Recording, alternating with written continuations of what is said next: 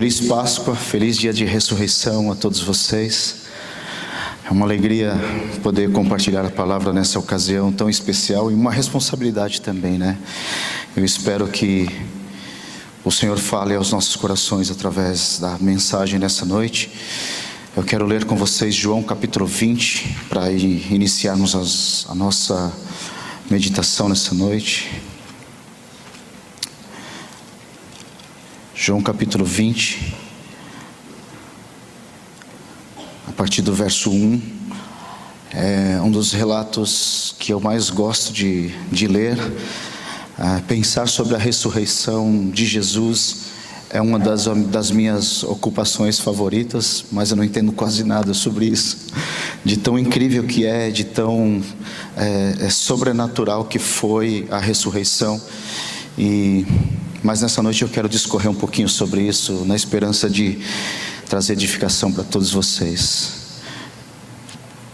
Versículo 1 do capítulo 20 em diante. No primeiro dia da semana, bem cedo, estando ainda escuro, Maria Madalena chegou ao sepulcro e viu que a pedra da entrada tinha sido removida. Então correu ao encontro de Simão, Pedro e do outro discípulo, aquele a quem Jesus amava, e disse: tiraram o Senhor do sepulcro, e não sabemos aonde o colocaram. Pedro e outro discípulo saíram e foram para o sepulcro. Os dois corriam, mas o outro discípulo foi mais rápido que Pedro e chegou primeiro ao sepulcro. Ele se curvou e olhou para dentro, viu as faixas de linho ali, mas não entrou. A seguir, Simão Pedro, que vinha atrás dele, chegou, entrou no sepulcro e viu as faixas de linho, bem como o lenço que estivera sobre a cabeça de Jesus. Ele estava dobrado à parte, separado das faixas de linho. Depois, o outro discípulo que chegara primeiro ao sepulcro também entrou. Ele viu e creu. Eles ainda não haviam compreendido que, conforme as Escrituras, era necessário que Jesus ressuscitasse dos mortos. Os discípulos voltaram para casa e Maria, porém, ficou à entrada do sepulcro chorando. E enquanto chorava, curvou-se para olhar dentro do sepulcro e viu dois anjos vestidos de branco, sentados aonde estivera o corpo de Jesus, uma à cabeceira e outra aos pés. Eles lhes perguntaram: mulher, por que você está chorando? Levaram embora o meu Senhor, respondeu ela, e não sei aonde o puseram. Nisso ela se voltou e viu ali em pé, e viu Jesus ali em pé, mas não o reconheceu. Disse ele: mulher, por que está chorando? Quem você está procurando? Pensando que fosse o jardineiro, ela disse: se o Senhor o levou embora, diga-me onde o colocou e eu o levarei. Jesus lhe disse: Maria. Então, voltando-se para ele, Maria exclamou em aramaico: Rabone, que significa mestre. Jesus disse: não me segure, pois ainda não voltei para o Pai. Vá, porém, aos meus irmãos e diga-lhes: estou voltando para o meu Pai e Pai de vocês, para o meu Deus e Deus de vocês. Maria Madalena foi e anunciou aos discípulos: eu vi o Senhor, e contou o que lhes dissera. Vamos orar por um minuto? Senhor, obrigado por tudo que o Senhor já nos proporcionou nesta noite, e obrigado por podermos adorar o Teu nome, louvar o Teu nome através da adoração, das nossas canções.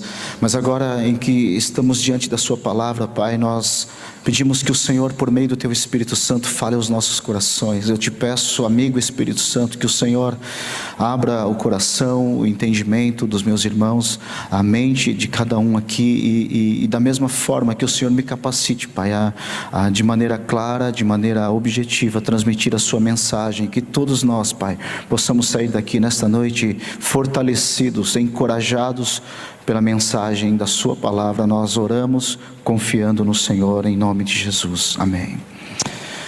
Amém. O evento da ressurreição de Jesus é, sem dúvida, um dos relatos mais extraordinários e intrigantes dentre todos os eventos sobrenaturais que estão relatados na Bíblia, na palavra de Deus.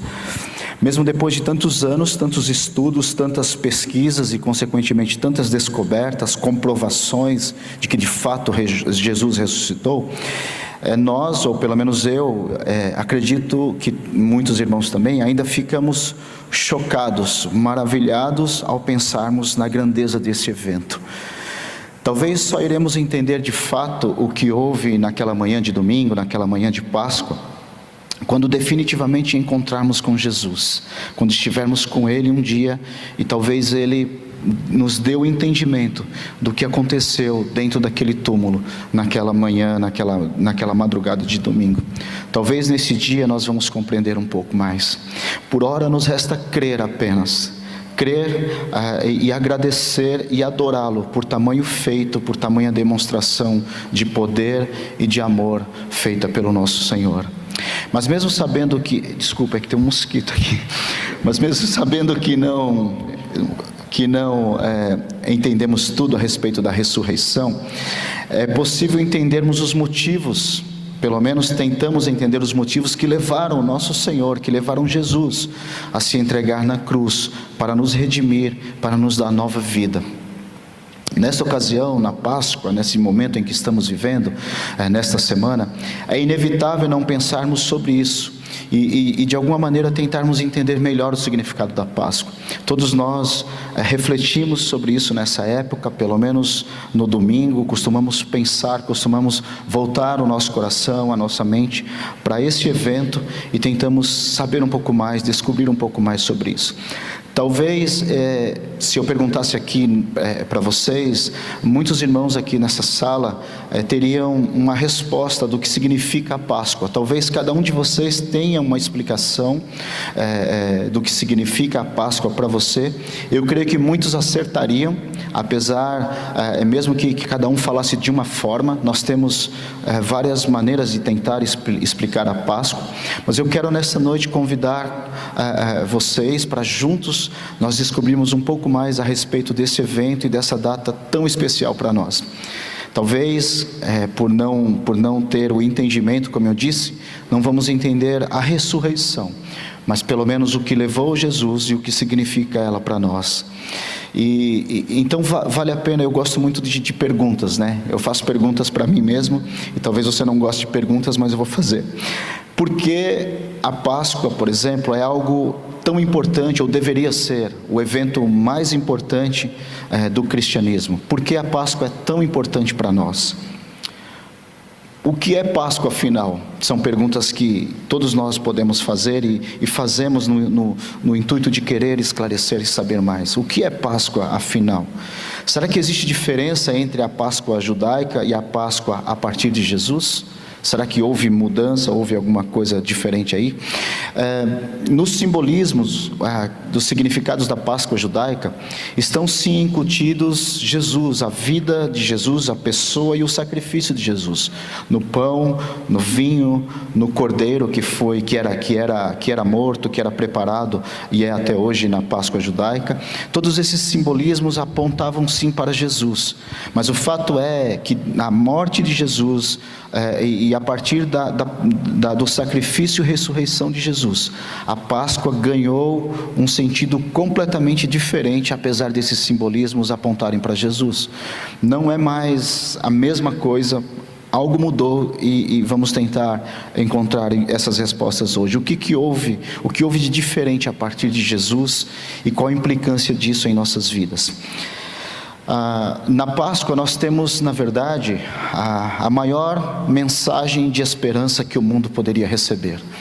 Sem querer resumir o que é Páscoa, eu diria que o evento da Páscoa diz respeito principalmente à esperança. Significa esperança, um dos seus principais significados é esse. E por que esperança? Porque além da esperança futura que nós temos agora em Jesus, a partir do seu sacrifício e da sua ressurreição, ele também trata da esperança trazida à humanidade no presente, há 2000 anos atrás e agora também, para a nossa vida presente. Foi na Páscoa que nós fomos encontrados por Jesus. A paixão de Jesus, a paixão de Cristo, é a prova disso, a prova de que nós fomos encontrados por nosso Salvador Jesus Cristo. A Páscoa responde a uma pergunta feita por Deus ao próprio homem, pergunta que ecoou por séculos no universo, por toda a eternidade, de geração em geração, até o dia em que fomos achados por Jesus. Quando nos perdemos, quando foi que nós nos perdemos ou nos escondemos de Deus, a ponto de o Senhor fazer uma pergunta ao homem? Você não precisa abrir, eu posso ler Gênesis capítulo 3, verso 8 a 10. O texto diz assim: logo após o homem ter pecado, o texto diz: ouvindo o homem e sua mulher os passos do Senhor, que andava pelo jardim quando soprava a brisa do dia, esconderam-se da presença do seu Deus, do Senhor o seu Deus, entre as árvores do jardim. Mas o Senhor Deus chamou o homem, perguntando: aonde você está? Homem, aonde você está? E ele respondeu: eu ouvi os teus passos no jardim e fiquei com medo, porque estava nu, por isso me escondi. Deste momento em diante, no relato de Gênesis e de toda a palavra de Deus, deste momento em diante, não há nenhuma evidência, não há nenhum indício de que o homem tenha estado diretamente diante de Deus ou plenamente diante de Deus a partir desse momento. O texto segue dizendo apenas que após esse momento, Deus os vestiu, preparou para eles roupas de pele, e eles se vestiram e foram expulsos do jardim. Mas não diz de que forma Deus os vestiu, e não afirma que deste momento em diante o homem tenha tido algum contato direto com o Criador. Ali, após o pecado, e após ele se esconder de Deus porque estava nu, com medo, nunca mais, pelo menos aponta os relatos, ele teria estado diretamente com o Senhor de novo, olhado nos olhos do Senhor, se podemos dizer assim. Sendo assim, desde então, desde o Éden, o homem, de certo modo, se esconde do seu Criador. Desde que o pecado entrou na humanidade, o homem passou a se esquivar do seu Deus, e por todas as eras que vieram depois desse evento, houve total separação entre os homens e Deus, entre a humanidade e o seu Criador, o nosso Deus. E apesar disso, a pergunta ecoava ainda no universo: aonde está você, homem? Ou homem, aonde está você? E o resultado nós sabemos.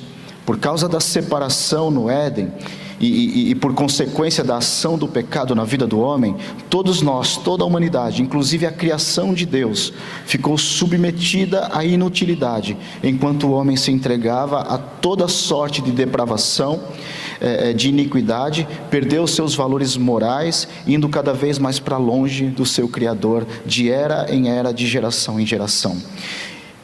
Em sua arrogante independência humana, o homem ousou, na verdade, ser dono de si mesmo, ser rei de si mesmo, ao negar a servir ao Senhor e obedecê-lo. Ele desobedece para ter independência, para ser rei de si mesmo, para ser dono de si mesmo. Ousou governar a sua própria vida, ser como Deus, inclusive, e tudo o que conseguimos foi nos destruir a si mesmos, sofrendo as mais horríveis consequências, até o ponto de não mais desejarmos a Deus, até o ponto de termos o coração tão endurecido, que Romanos capítulo 3, versos 10 a 12 diz: não há nenhum justo, nenhum sequer, não há ninguém que entenda, ninguém que busque a Deus. Todos se desviaram, tornaram-se inúteis, não há ninguém que faça o bem, não há nenhum sequer.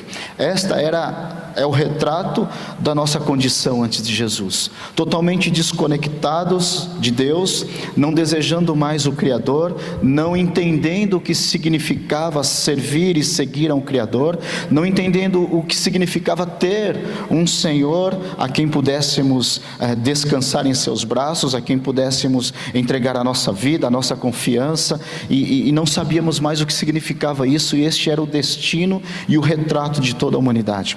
Assim caminhava toda a humanidade, injusta e perversa, sem sequer ter a capacidade de desejar a Deus em seus corações endurecidos.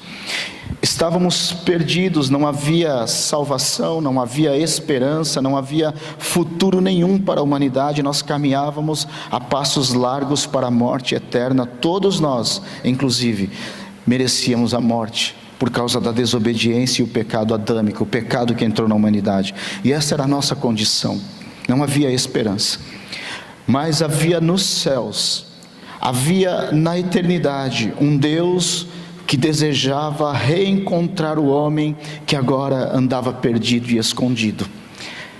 A pergunta feita no Éden há centenas ou há milhares de anos por Deus, pergunta feita que dizia aonde está o homem, ela ainda ecoava por toda a eternidade. Toda palavra proferida por Deus sempre exigirá e obterá uma resposta. Porque está escrito que de algum modo, ou de alguma maneira, toda palavra proferida por Deus, ela não volta vazia para Ele. E havia uma pergunta ecoando na eternidade. E eu acredito, porque a Bíblia sugere isso nas suas entrelinhas, que as nossas orações, que as palavras que nós declaramos, elas ecoam no universo, elas ecoam no mundo espiritual. E não pode ser diferente com as palavras de Deus. Não pode ser diferente. Então ecoava na eternidade uma pergunta: aonde está o homem? Não porque Deus não pudesse encontrá-lo, ou Deus não enxergasse aonde estava o homem, mas a pergunta no sentido de que o homem estava perdido, escondido de Deus, com medo de Deus e totalmente entregue à depravação humana. A consequência disso, de quem Deus é, exige uma resposta. O fato dele perguntar exige uma resposta, e a resposta precisa ser dada, ou precisava ser dada. Sendo assim, nós não sabíamos, a humanidade perdida não imaginava, mas na verdade havia uma esperança. Havia uma esperança, e ela se dava por uma razão muito simples. Havia esperança porque aquele que havia criado a humanidade, e enfim, toda a sua criação, o nome dele, ou a essência dele, é amor, é bondade e é graça. Por isso havia esperança, só o homem não sabia, mas havia esperança nos céus. A sua essência, a essência de Deus é bondade, é perdão, a sua essência é graça. E isso estava de alguma maneira fervilhando, se podemos chamar assim, no coração de Deus. E ele ansiava pelo dia onde encontraria o homem novamente, o homem que estava perdido. Enquanto a sua santidade ameaçava nos fulminar, porque ele é santo, e a sua santidade não condiz com o pecado, enquanto essa santidade ameaçava nos fulminar, a sua graça nos poupava, e a cada nova manhã, diz a palavra de Deus, as suas misericórdias se renovavam sobre nós. Todas as manhãs nós éramos poupados por causa da graça eterna do Senhor. Mas o que é misericórdia que se renovava sobre nós? Misericórdia significa não receber aquilo que merecemos. Em outras palavras, nós merecíamos, todos nós, a morte todos os dias. Porém, a graça de Deus decidia todos os dias não dar aquilo que merecíamos, não nos matava, mas todas as manhãs nós éramos poupados pela graça de Deus. E o que é graça? Que graça é essa? Graça, a definição, resumidamente, é receber aquilo que não merecemos. Portanto, se a ira de Deus, se a sua santidade podia nos fulminar, o que é que o impedia? Que graça é essa? Que graça que impedia Deus de nos matar? O que é que estava entre Deus e os homens que impedia que a sua graça nos fulminasse? Quando o povo de Israel entra no deserto, Moisés recebe do Senhor a lei, ele recebe a incumbência. O Senhor pede a ele que ele construa um tabernáculo no deserto. Um tabernáculo com 3 pavimentos, com 3 cômodos, espaços diferentes. E a Bíblia diz que no último cômodo lá, era chamado Santo dos Santos. Ali havia uma arca da presença, a arca do testemunho. A presença de Deus se manifestava ali ao sumo sacerdote uma vez por ano. E ali havia um véu que separava a presença de Deus do homem que entrava ali naquele lugar, para que esse homem não fosse fulminado. Ainda assim ele entrava rastejando, ele entrava temeroso, pois poderia não sair vivo dali porque poderia carregar algum pecado, e a glória de Deus o fulminaria. Mas a pergunta é ainda, o que nos separava de Deus? O que separava toda a humanidade? O que ou quem estava entre Deus e os homens que nos poupava e nos livrava da morte todas as manhãs? Hebreus capítulo 10, verso 1 e 2 nos dá uma pista, ou a resposta inclusive. Hebreus 10, o autor aos Hebreus, ele escreve genuinamente, dizendo: portanto, irmãos, e ele está falando do tabernáculo, ele está falando do tabernáculo celestial e da salvação e de todo o sacrifício de Jesus que teria sido aceito por Deus, e agora a nossa condição era de poder entrar nesse santuário. No capítulo 10, versos 1 e 2, o autor aos Hebreus diz o seguinte: portanto, irmãos, temos plena confiança para entrar no Santo dos Santos pelo sangue de Jesus, por um novo e vivo caminho que Ele nos abriu por meio do véu, isto é, do seu corpo. Esse texto, você pode dizer de onde você tirou isso, mas esse texto, comparado a outros textos da palavra de Deus, ele deixa muito claro que Jesus, desde o Éden, desde o dia em que o homem pecou contra Deus e merecia a morte, Jesus, o Filho de Deus, se colocou entre Deus e os homens para interceder por nós. É como se desde o Éden, entre os céus e terra, entre a glória de Deus e a humanidade pecadora, Jesus abrisse os seus braços todos os dias, todas as manhãs que nós merecíamos morrer. É como se todas as manhãs Jesus abrisse os braços e dissesse: Pai, não os fulmine, se colocava como intercessor entre nós. Então o véu do templo do tabernáculo, e depois que foi colocado também no templo, ele era uma tipificação de Jesus, que separava a glória de Deus, a presença do Pai, a santidade de Deus, de toda a humanidade pecadora. O véu sempre foi então uma tipificação de Cristo. Então, por essa razão, nós podemos imaginar que desde o princípio, a razão de não termos sido fulminados, de não termos morrido integralmente ou inteiramente, completamente, toda a humanidade desde o Éden, é porque Jesus, já desde o Éden, Ele se colocara entre Deus e os homens, intercedendo por nós. Ele era o véu, por isso Ele se rasgou na cruz do Calvário, e por intermédio dele nós podemos agora ter acesso ao Pai. Por isso Jesus se abre como um véu. Por isso quando ele diz está consumado na cruz do Calvário, e diz: Pai, em tuas mãos eu entrego o meu espírito, a primeira coisa que acontece, o véu do templo se rasga de alto a baixo, tipificando que Jesus se rasgara na cruz, e agora toda a humanidade pecadora teria acesso ao Pai novamente, por intermédio de Jesus. O véu que estava estendido entre céus e terra, por séculos e séculos, intercedendo por nós. A graça e a misericórdia que se renovava todas as manhãs, chama-se Jesus, o nosso Senhor, o nosso Salvador. Jesus, portanto, não passou a existir e a trabalhar em nosso favor há 2000 anos atrás, mas desde que o homem pecou, Ele se colocou como o intercessor, o mediador, aquele que nos poupou, aquele que abria os seus braços todas as manhãs, e nós tínhamos mais uma oportunidade de vida e de esperança no Senhor. O autor aos Hebreus diz isso. Então a ideia do véu que nos separava é Jesus, guarde isso.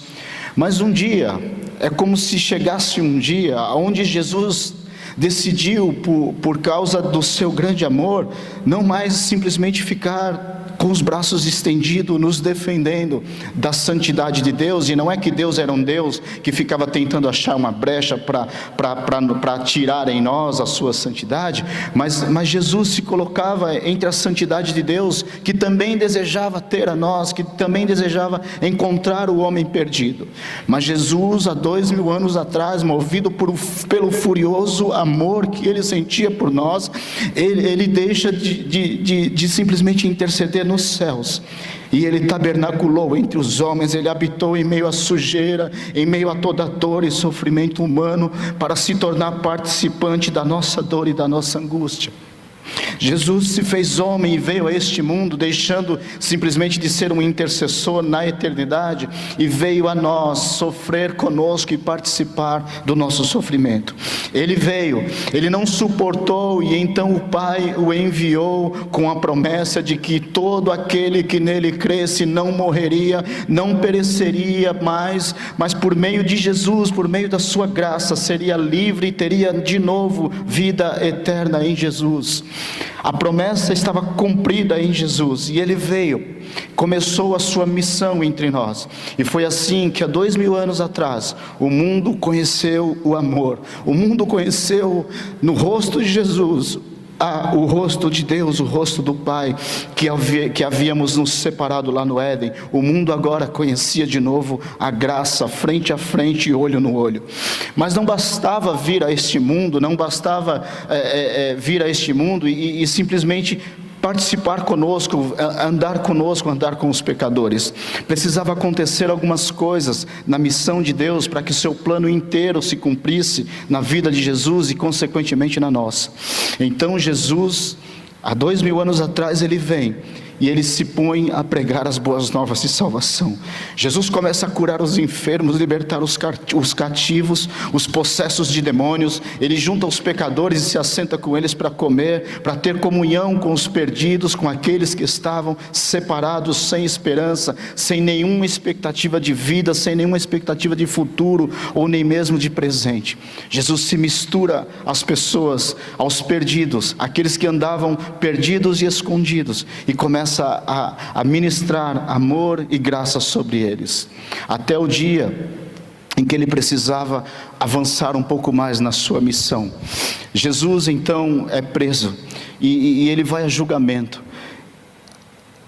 Jesus é julgado primeiro pelo sogro do sumo sacerdote, um homem corrupto que há 15 anos tinha sido expulso do templo. Ele já não era mais sumo sacerdote, e naquela época de Jesus, já desde o ano 160 a.C., que o sumo sacerdócio em Jerusalém era vendido. Quem tinha mais grana podia comprar o direito de ser sumo sacerdote. A corrupção estava dominando o templo em Jerusalém, e todo o sistema religioso de Jerusalém e do templo estavam totalmente corrompidos. Mas Jesus é levado diante primeiramente de um corrupto que o acusa, que permite que um dos seus seguranças, dos seus guardas, dê um tapa na cara de Jesus, um homem totalmente indigno e totalmente corrupto, que teria sido expulso do templo por causa da corrupção.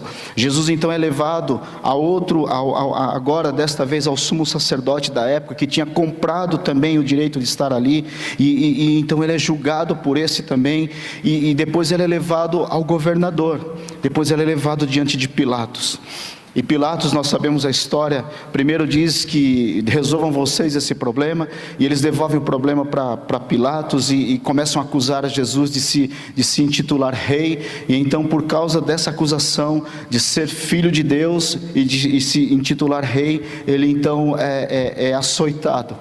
Pilatos então decide que Jesus deve ser açoitado, e ele leva 39 chicotadas, porque existia uma lei romana que não permitia que o homem levasse mais de 40 chicotadas. Então eles contavam até 39 para não correr o risco de errar.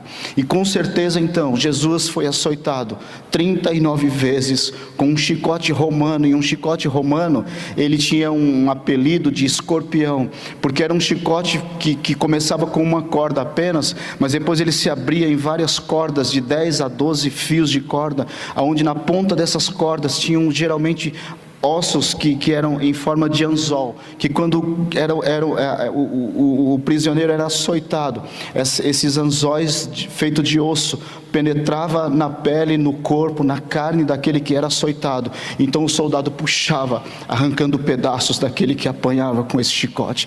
Jesus levou 39 chicotadas dessa, e com certeza parte das suas costas, do seu pescoço, talvez o seu rosto tenha sido arrancado, e ele ficou totalmente desfigurado, como nós vimos. O pastor Ned na semana passada leu Isaías 52, versículo 14, onde diz: há 700 anos antes, Isaías havia profetizado que o Messias viria e ele iria sofrer, e sofreria tanto que chegaria ao ponto de não se parecer com um ser humano. Jesus apanhou tanto, Jesus sofreu tanto nessa punição, que ele literalmente não parecia um ser humano, totalmente dilacerado, totalmente sangrando, com partes do seu corpo provavelmente arrancadas pelos chicotes romanos, por causa de uma acusação falsa. Ele suportou essas chicotadas, e aí os soldados, para continuar zombando dele, já que a acusação é que ele era rei, diziam então: você é rei, nós vamos coroar você. E aí teceram uma coroa de espinhos e cravaram na cabeça de Jesus, aonde passa as veias que alimentam todo o cérebro, que irrigam o cérebro com sangue. Essas veias foram provavelmente furadas, perfuradas, e Jesus começou a perder todo o sangue da sua cabeça que irrigava o seu cérebro. Isso gera diversas reações no corpo humano, segundo a medicina, mas não vamos gastar tempo com isso. O fato é que ele sofreu agonia, dor, febre, possivelmente por causa desses espinhos, e ele sofria todo tipo de dor nesse momento coroado de espinhos. Para terminar, eles colocaram uma capa de púrpura em Jesus, para zombar dele, dizendo: você é rei, então nós vamos te vestir como um rei. E colocaram uma capa de púrpura em Jesus. E aí Jesus, após ser açoitado, ele é trazido para fora da casa, do lugar onde ele tinha sido açoitado. Ele é trazido diante dos judeus e diante de todo o povo para ser apresentado, todo sangrando, açoitado, cuspido, injuriado, envergonhado, vestido com uma capa de púrpura e uma coroa de espinhos na cabeça. E aí, se você voltar a sua Bíblia, apenas um versículo, João 19, nós vamos ler um texto que responde. Incrivelmente, eu fico extasiado quando eu percebo a graça de Jesus, a graça de Deus em sua palavra, em como ela responde a ela mesma, e os fatos são tão presentes e vivos na história, relatados na palavra de Deus. Capítulo 19 de João, versículo 1 diz: então Pilatos mandou açoitar Jesus. Os soldados teceram uma coroa de espinhos e a puseram na cabeça dele. Vestiram-no com uma capa de púrpura e, chegando-se a ele, diziam: salve, rei dos judeus, e batiam no seu rosto. Mais uma vez Pilatos saiu e disse aos judeus: vejam, eu o estou trazendo a vocês para que saibam que não acho nele motivo algum de acusação. Quando Jesus veio para fora, usando a coroa de espinhos e a capa de púrpura, disse Pilatos: eis o homem. Pilatos não sabia o que estava dizendo. Pilatos não era temente ao Senhor, mas a palavra grega usada por Pilatos, que significa um homem no sentido humano, completamente humano, um representante da humanidade. A pergunta então feita lá no Éden há séculos e séculos atrás, que Deus fez ao próprio homem, dizendo: homem, aonde você está? Pilatos agora responde: eis o homem, e apresenta toda a humanidade que estava ali. Todos olham para Jesus e não entendem o que ele está dizendo, não entendem a fala de Pilatos, mas o que Pilatos está dizendo é que aqui está o homem, respondendo sem saber para o próprio Deus, para o próprio Criador. Um governador que foi eleito por humanos, que achava que tinha algum poder, ousou responder a pergunta feita por Deus no Éden, que ecoava no universo por séculos e séculos, dizendo: eis o homem. E quando Pilatos diz: eis o homem, ali estava eu e você, representados em Jesus inteiramente. Jesus estava açoitado, Jesus estava sentindo dor, sentindo febre, talvez tonturas, talvez todo tipo de enfermidade vinha sobre o seu corpo naquela hora. Jesus estava coroado de espinhos. Gênesis capítulo 3, se eu não estou enganado, verso 18, diz que antes do pecado não existia espinhos sobre a terra. O texto não diz isso, mas o texto aponta para isso, e diz que após o pecado, toda a criação e toda a terra se torna maldita, diz o Senhor, e por causa do pecado e da maldição que veio sobre a terra, daquele dia em diante, nasceria espinhos e nasceria ervas daninhas sobre a terra. O espinho passa a ser então o símbolo na natureza do pecado, o símbolo do pecado sobre toda a criação de Deus. Então Jesus ali está, coroado de espinhos. Ele pega aquilo que simboliza todo o pecado de toda a humanidade, de toda a criação, e crava sobre a sua cabeça. Os espinhos que deveriam estar cravados na minha e na sua cabeça estão representados, estão pregados, fincados na cabeça de Jesus. Jesus está com um manto de púrpura e zombavam dele, que ele seria um rei dos judeus. Ali estávamos também eu e você representados em Jesus, quando nós tentamos ser rei de si mesmos, ser donos de si mesmo, ter reinado sobre os nossos próprios desejos, sobre a nossa própria vida, sobre o nosso conceito. Quando nós ousamos viver sem Deus e viver totalmente independente, ser donos do próprio nariz, nós, de certa forma, a mensagem que dissemos para Deus naquele dia no Éden foi: nós queremos reinar sobre a nossa própria vida, nós não precisamos do Senhor, nós seremos independentes. E ali estava Jesus, vestido de púrpura, nos representando. O nosso reinado e a nossa independência falida estava sobre Jesus. Ali em Jesus estava toda a nossa arrogância, toda a nossa prepotência, toda a nossa independência, todo o nosso sentimento de que eu posso viver sem Deus estava sobre Jesus ali.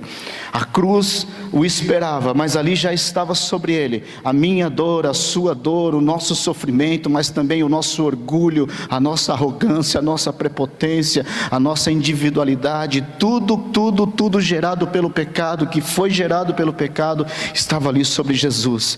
Por isso Pilatos diz: eis o homem, porque aquela era a minha e a sua condição. Nós fomos encontrados em Jesus. Por mais que isso seja deprimente, por mais que isso possa querer causar sentimento de vergonha em nós, a verdade é que este é um momento glorioso. Por quê? Porque nós fomos encontrados em Jesus. Nós que estávamos perdidos e andávamos escondidos, Jesus desce até nós, caminha com a humanidade, e um dia ele se deixa ser preso e deixa vir sobre ele tudo que deveria vir sobre nós, ou tudo que estava sobre nós, agora está sobre Jesus. E ele está ali, parado, diante de uma multidão. O Filho de Deus está cansado, há horas que ele já vinha apanhando e sofrendo, devia estar com fome, com sede, era provavelmente 6 da manhã nesse horário, e ele estava ali, coroado de espinhos, sangrando, com seu corpo dilacerado, derramando todo o seu sangue já, e coroado e vestindo uma capa, mostrando: essa era a nossa condição. Nós éramos aquela figura que estava ali em Jesus, e ele estava tão desfigurado, como disse Isaías, que não parecia um humano. Nós não parecíamos mais humanos, nós estávamos tão desfigurados que perdemos completamente a semelhança com o nosso Pai, com o nosso Criador. Mas Jesus assumiu essa dilaceração, Jesus assumiu essa desfiguração em seu corpo, e assumindo isso, ele nos deixa livre. E agora ele está ali, pronto para mais um passo em sua missão. Jesus está ali representando cada um de nós. E você pode dizer: e o que eu faço com essa história toda? Como eu posso crer em Jesus se você está aqui nessa noite e tem dificuldade de receber o amor de Deus, de reconhecer que o que eu fiz, que eu preciso ser perdoado por Deus? Você talvez não precise fazer um grande esforço, mas só pense no seguinte: que naquele Jesus que estava ali, na figura dele, dessa forma descrita, estávamos eu e você. E aí, nesta pessoa, nessa hora já, há esperança para nós. E aí você pode dizer: como eu posso encontrar esperança numa cena dessa? Eu não sei, por exemplo, a dor que você está passando hoje, a dor que você tem passado ou passou na sua vida, mas saiba de uma coisa: dor maior o nosso Salvador sentiu naquele dia e naquele momento. Eu não sei qual a acusação que você tem sofrido, vem sofrendo, ou sofreu na sua vida, ou possa vir a sofrer. Saiba disso: naquele dia Jesus sofreu todas as acusações que ele não merecia ouvir, que ele não merecia, que ele não tinha culpa sobre nenhuma delas. Qual a enfermidade que está sobre você hoje? A Páscoa é uma mensagem de esperança justamente por isso, porque hoje nós podemos até estar com o nosso corpo enfermo. Nós oramos e cremos no milagre, cremos no poder, inclusive da ressurreição, e vamos ver milagres, e temos visto milagres. Mas saiba de uma coisa, talvez eu e você, talvez não vamos ser curados instantaneamente.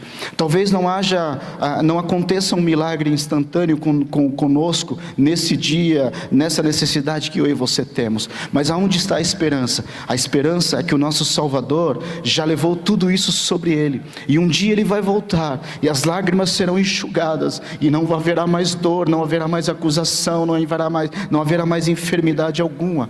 Portanto, qual é o abandono, por exemplo, que você tem sentido no seu coração? Que tipo de separação tem afligido o seu coração nesses dias, ou durante toda a sua vida? Jesus foi separado do Pai. Jesus foi separado inteiramente de Deus, no sentido de ter que orar para se conectar ao Pai, por causa da nossa separação. Que tipo de traição você sofreu, ou possa vir a sofrer, ou está sofrendo neste momento, que Jesus não tenha sofrido também? Foi traído pelos seus próprios amigos. Que injúria você suportou, ou tem suportado, que Jesus não tenha sofrido também? Isso não resolve talvez o teu problema imediato, como eu disse, mas isso mostra algo glorioso que nos dá muita esperança. Tudo isso significa que nós temos um Deus que não está alheio aos nossos sofrimentos, às nossas dores, às nossas angústias, às nossas enfermidades. Mas nós temos um Deus que participa conosco, que desceu até nós e deixou vir sobre Ele tudo aquilo que pode vir sobre nós. Tudo aquilo que eu e você podemos passar nesta vida, Jesus sofreu também, participou. Por isso Ele é um Deus que se identifica conosco. Por isso Ele não é um Deus distante, que diz simplesmente: suportem aí, vocês vão ter aflições, mas tenham bom ânimo, sem ter que passar por nada disso. Ele passou por tudo e mais um pouco. Nessa semana eu estava correndo numa avenida perto de casa, e eu voltei a correr, é uma coisa que eu gosto. Eu estava meditando e pensando no sofrimento de Jesus, e eu não quero afirmar nada com isso, tá? Mas eu estava pensando no sofrimento de Jesus, que tipo de sofrimento Ele passou, como teria sido esse momento, por exemplo. E de repente, como uma voz ecoando no meu coração, falava para mim que Jesus, Ele sofreu coisas, ele padeceu sofrimentos que nós, humanos, nunca, por mais que tenhamos intimidade com Ele, saberemos o que Ele passou. E eu não consegui me conter nessa hora, e eu parei de correr, e eu chorava igual criança no meio da rua, e eu fiquei com vergonha, porque as pessoas estavam olhando para mim, acho que pensavam: o que esse cara está fazendo? Acho que ele está correndo e sentiu dor, se machucou, não sei o que. Mas eu estava chorando de pensar o que mais o nosso Senhor poderia ter sofrido, que não está descrito na palavra. E eu não quero afirmar nada, e não saia daqui com nada além daquilo que está escrito. Mas eu pensei nos abusos, eu pensei em tantas coisas que todos nós estamos sujeitos, e talvez nessa sala, nesta noite, tenha pessoas que tenham suportado tanta dor, tanto abuso, seja ele moral, físico, psicológico, emocional. Jesus sofreu tudo que nós podemos sofrer, tudo que pode vir sobre nós. Acredite, eu acredito que Jesus padeceu e sofreu no seu corpo também, no seu coração e na sua mente. Tudo isso para se identificar conosco, mas não bastava Ele simplesmente vir, se deixar ser coroado, se deixar vir sobre Ele os espinhos, se deixar vestir por uma capa de púrpura e dizer: agora eu represento toda a humanidade. Era necessário o golpe final do amor de Deus através da vida de Jesus. Faltava Ele ir para a cruz. Então Jesus, que ali já estava em agonia, Ele se agarra a uma cruz e começa a caminhar rumo ao lugar da crucificação. E Ele iria sofrer a pior morte que alguém poderia sofrer naquela ocasião, naqueles dias. A crucificação era o pior tipo de morte que um ser humano poderia passar, poderia suportar. Na cruz, ou não suportava, porque morria. Na cruz Ele morreu a nossa morte. Quando Jesus foi para a cruz, conforme Pilatos diz: eis o homem.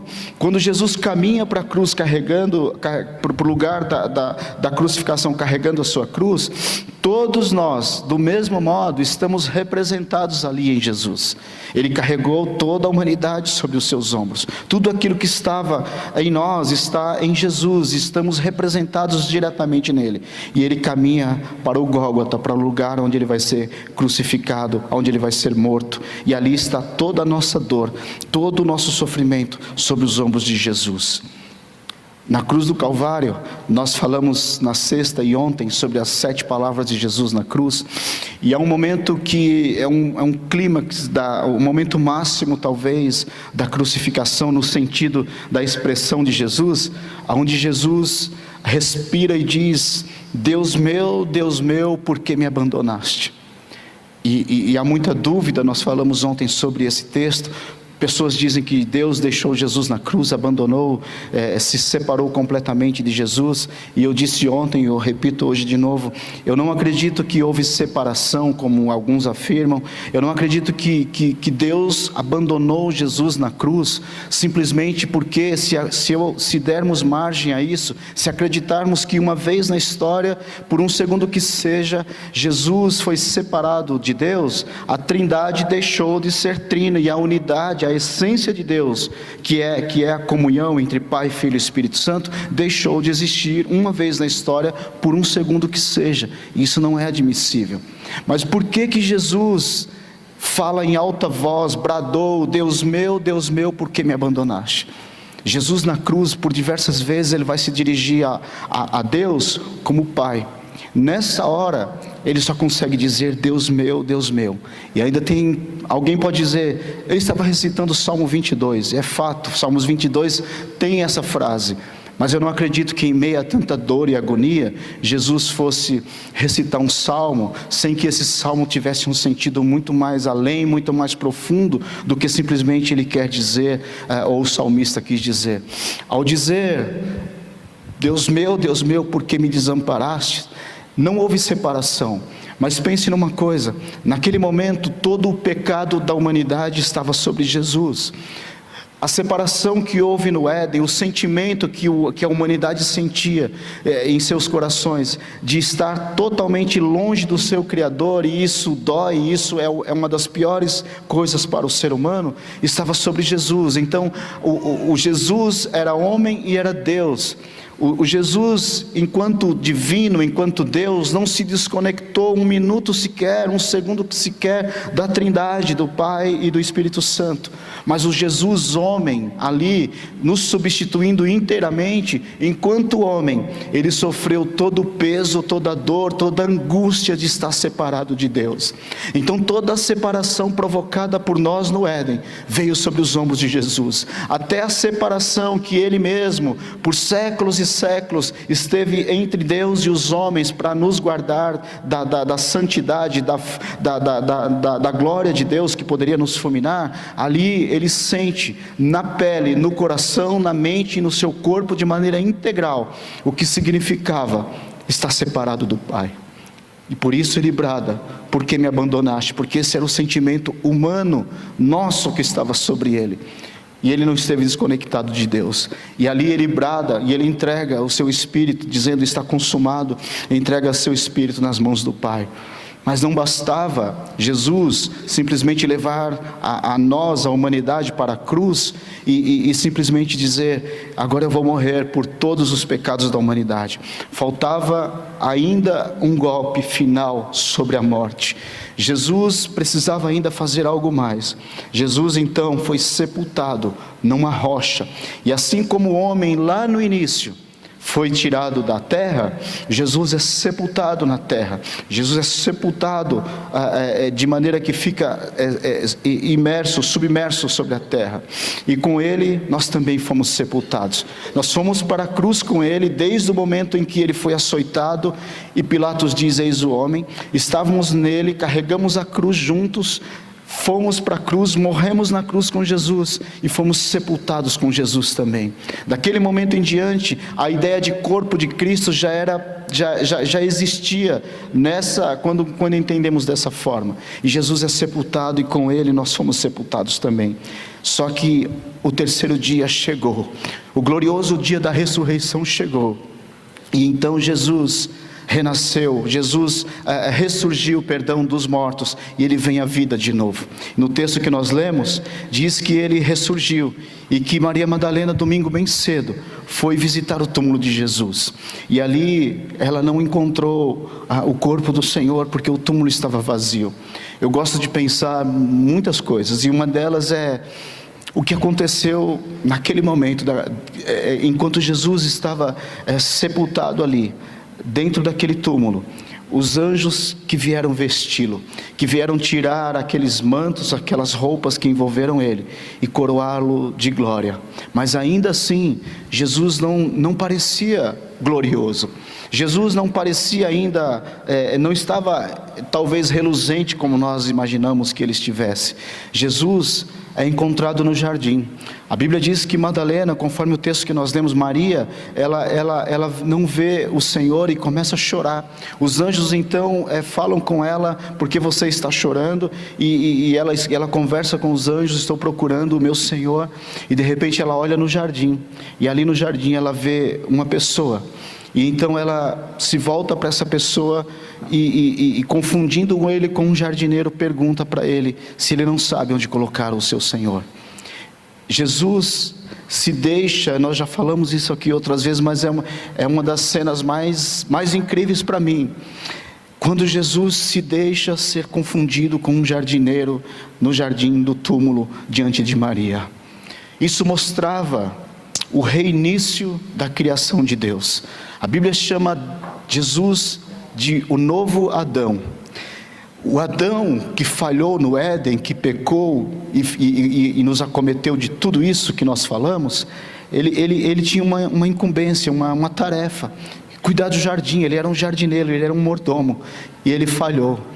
Jesus é o segundo Adão, que nos leva para o túmulo, nós morremos com ele, ele ressurge, e ele é confundido com um jardineiro, porque Jesus, como segundo Adão, começa a cuidar do jardim de Deus de novo, só que agora ressurreto, só que agora com um corpo glorificado. Por isso ele é confundido com um jardineiro, porque mostra o reinício de tudo. Então a Páscoa, ela traz esperança por diversas razões, mas uma delas é que em Jesus começou uma nova era, um novo tempo, uma nova estação. O novo mundo de Deus foi inaugurado a partir da ressurreição de Jesus. Por isso Jesus é o primogênito dentre muitos. Ele é o primeiro de uma nova raça, de um novo povo, a habitar num novo mundo de Deus, um mundo glorificado. Por isso a Bíblia diz que se nós cremos em Jesus, no seu sacrifício, nós ressuscitamos com ele. E não diz que nós iremos ressuscitar no futuro, mas diversas vezes as cartas de Paulo mesmo, como Efésios, garante que é no tempo presente, que hoje nós podemos viver uma vida ressurreta. O que Jesus fez na cruz do Calvário e depois ressuscitando ao terceiro dia, 2000 anos atrás, Jesus antecipou aquilo que os judeus esperavam que aconteceria no futuro escatológico. Os judeus tinham esperança e têm ainda esperança de ressurreição, mas eles acreditavam e acreditam até hoje que no final de tudo haverá ressurreição. O que Jesus fez foi chocar toda a expectativa humana, foi chocar o mundo da sua época e choca até hoje, porque ele ressurgiu no meio da história, inaugurou uma nova era, por não suportar viver longe de cada um de nós. Então nós fomos encontrados em Jesus e fomos resgatados completamente nele. Por isso hoje há esperança. Jesus inaugurou um novo mundo e nós devemos viver segundo a perspectiva deste novo mundo. Por isso nós cremos, por isso louvamos, por isso cantamos, por isso sabemos que quando nos juntamos em adoração ao Senhor, os céus e a terra se unem e ele se alegra e ele abre os seus ouvidos para ouvir a nossa adoração e a nossa gratidão. Páscoa se diz respeito, portanto, à inauguração do novo mundo de Deus, do qual eu e você podemos fazer parte hoje. Por isso nós devemos mudar o nosso conceito, a nossa maneira de ser. Por isso a vida cristã é totalmente diferente da vida deste mundo. Por isso Paulo dizia aos Filipenses: não importa o que aconteça a vocês, a vossa cidadania está nos céus. E não dizia que não se preocupem com os sofrimentos aqui, porque um dia você vai para os céus. O que Paulo estava dizendo é que não importa o que aconteça, viva segundo os valores do reino de Deus, os valores do céu, da cidadania da qual vocês pertencem. Vivam isso aqui na terra. Então a nossa linguagem, a nossa expectativa tem que mudar. E eu gosto muito dessa ideia que eu falei nesses dias no retiro de jovens e falei no encontro com jovens outro dia. Adotar a linguagem dos céus é como alguém que aprende um novo idioma, alguém que aprende uma nova língua. O objetivo é falar cada vez mais fluentemente essa língua. E acho que um grande, não sei se orgulho é a palavra, mas algo que deve trazer muita alegria e satisfação é você um dia ser confundido com um nativo. Por exemplo, se você fala inglês, você chegar ao ponto de falar tão bem que um dia você falando em público, alguém possa chegar e falar: escuta, você é americano porque você fala bem demais. Falar a língua dos céus é isso, é viver de maneira tão apegada ao Senhor e vivendo os valores do reino tão integralmente na terra, que um dia seremos confundidos com os nativos dos céus, e alguém chegará para nós e dizer: cara, de onde você é? Por que você é assim? E vai ver que nós nos parecemos com o nosso Senhor, com o Salvador, com Jesus. É simplesmente isso. Então a Páscoa é a esperança de que o mundo vindouro, o mundo que iria acontecer no futuro, aconteceu agora, e eu e você podemos desfrutar disso. Por isso celebramos, por isso glorificamos ao Senhor, por isso vivemos uma vida contrária a tudo e todos nesse mundo, e vivemos uma vida que nos leva a parecer com Jesus, porque estamos nele. A ideia de corpo continuou após a ressurreição. Por isso a igreja do Senhor é chamada o corpo de Cristo na terra. A igreja do Senhor é chamada assim porque nós ressuscitamos com Ele e vivemos uma vida já ressurreta hoje. Você pode ter dores, você pode ter doenças, você pode ter angústias nessa vida, mas você aprenderá, e devemos aprender, a viver pelo Espírito, a deixar que o Espírito mortifique essas coisas, porque um dia Ele vai voltar e enxugar toda lágrima, e habitaremos com Ele para sempre, no mundo vindouro, no novos céus e nova terra, inaugurados há 2000 anos atrás, num domingo de Páscoa, num domingo de ressurreição. Um cordeiro venceu a morte, foi o golpe final, e eu e você, se estamos em Cristo, não morreremos, mas já vivemos eternamente com o Senhor. Vamos louvar a Ele nessa hora com isso. Por isso eu quero convidar os irmãos do louvor, vamos adorar ao Senhor por isso, vamos glorificar a Jesus, porque hoje a vida, a esperança e a certeza de que se eu estou nele, eu posso até sofrer nessa vida. Nós podemos até sofrer injúrias, nós podemos sofrer qualquer coisa, mas o nosso Senhor sofreu injúrias e dores maiores, e nós passaremos também, porque queremos nos parecer com Ele. Nós suportaremos sim dores, angústias, todo tipo de aflição que possa vir sobre nós. Ele nos livra sim, mas aquilo que vier sobre nós só nos fará parecidos com Ele. Foi essa mensagem que os apóstolos entenderam, foi essa mensagem que os apóstolos receberam. Por isso para eles o morrer era lucro, por isso para eles desejavam estar com Jesus a qualquer momento, por isso eles lutavam com feras, por isso eles entravam numa cidade, levavam uma surra, eram jogados para fora, batiam a poeira e voltavam e pregavam Jesus. E é essa ousadia que nós precisamos ter. É um povo ressurreto, que sabe que não passará pela segunda morte, que vai viver as proezas de Deus nessa geração.